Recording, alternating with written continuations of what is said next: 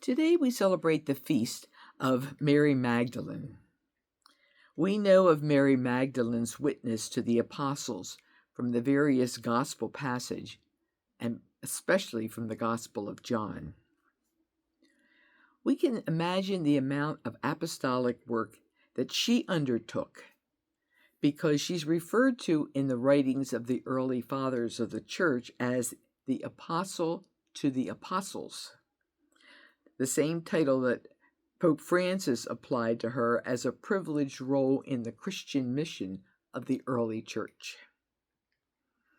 Scholars are continuing to unearth the indications of evangelization that are attributed to her, and largely it's a witness of great love, both given and received. That's the foundation for apostolic work. That she was healed and forgiven parallels the healing and forgiveness that Peter received, and that Matthew the tax collector must have known. The gospel today tells of Mary's recognition of Jesus through her tear-filled eyes as she hears her name announced by the risen Lord and sees his living gaze of great love. When we experience such great love, it changes us. I'm always reminded when I read about this and that passage that Jesus looked on her with love.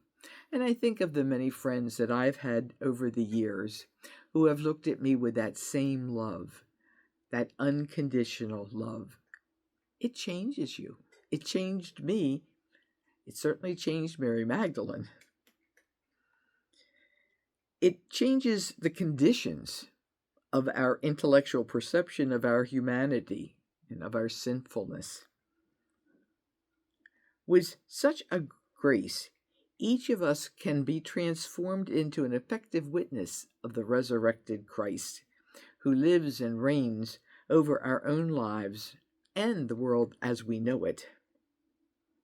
Such change enables us to give all without counting the cost, and serve faithfully without needing to be approved or appreciated.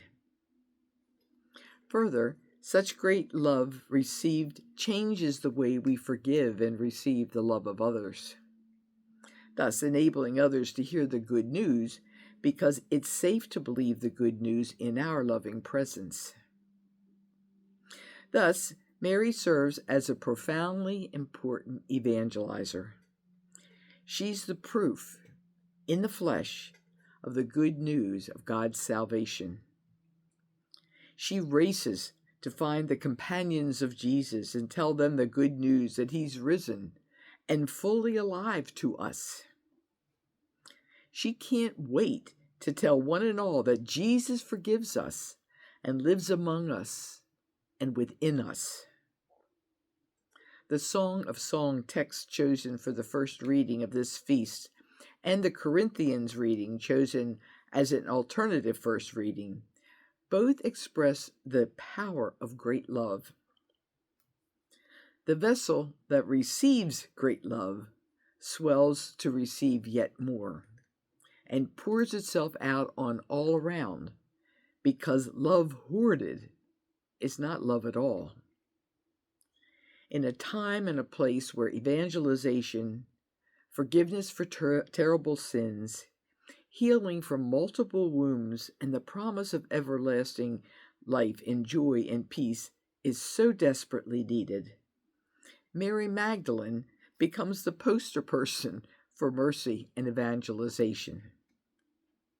We need her witness of personal reception of love and outpouring of its effects. We need to know that whatever she received is available to those who are willing to trust Jesus and to love, even in the face of terrible suffering and loss. We need to know that forgiveness for everything accompanies great love. Can we receive such good news? Can we trust that we are called to receive that favor?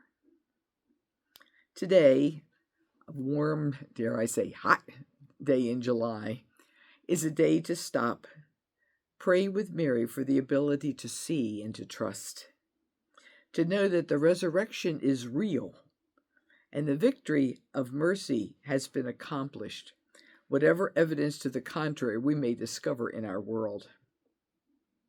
Hear the good news of the resurrection from one who encountered her whole being, the resurrected Lord, and gave him her whole heart, fully and without reserve. Amen.